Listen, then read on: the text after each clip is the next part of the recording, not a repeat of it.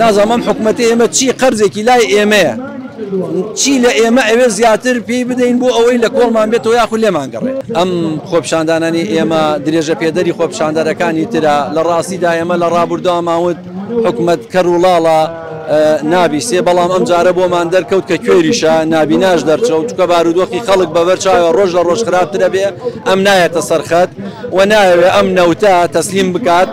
ئەمە لە بەرژەوەندی خۆیەتی تەسلیم نەکردنی، چونکە ئەگەر بێت و بەرژەوەندیەکانی خۆیان وەلاوە بنێن بەرژەوەندی خەڵک لەبەر چاو بگرن ئەوە بێ ئەم نەوتە ڕادەست بکەن.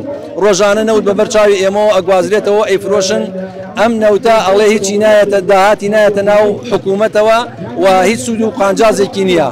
لە بەرامبەریشە حکوومەتێک هەیە، حکوومەتی عێراق و ناوەندە، ئەڵێ ئەو نەوتەم بەرێ موچەی موچە خۆرەکانت مانگانە لە کاتی خۆیان دەم بەڵزینت بۆکەم بە 450 نەوتیش بە 30,000 بۆ گەێنمە هاوڵەتەکانت لەبەر دەرگاکەی خۆیان. نازانم حکوومەتی ئێمە چی قەرزێکی لای ئێمەیە چی لە ئێمە ئەوێ زیاتر پێی بدەین بۆ ئەوەی لە کۆڵمان بێتەوە یاخود لێمان گەڕێ.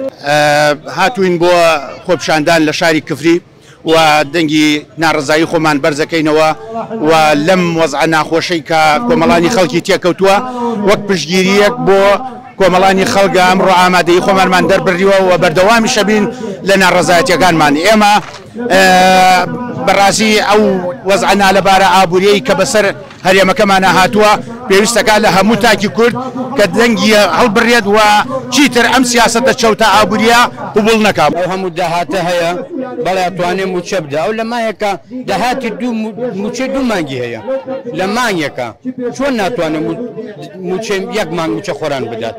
کوا پارەکەی غێر پارەکەی بۆ خۆیانە بۆ دەسەڵاتدارەکان ئێم هەرێمەتان خەڵک ئیسفادەی لێ ناکات بەس بۆ ئەوانە و خەڵکی زرتەی چاوی تێ و وڵای دۆخی خەڵ لەو پەڕی خراپی دایانی خەڵک نەخۆشیە ینی خەڵک لەو پەڕی نەهامەتیایە لەو پەڕی خراپیە دەستپۆشتان لێکۆن.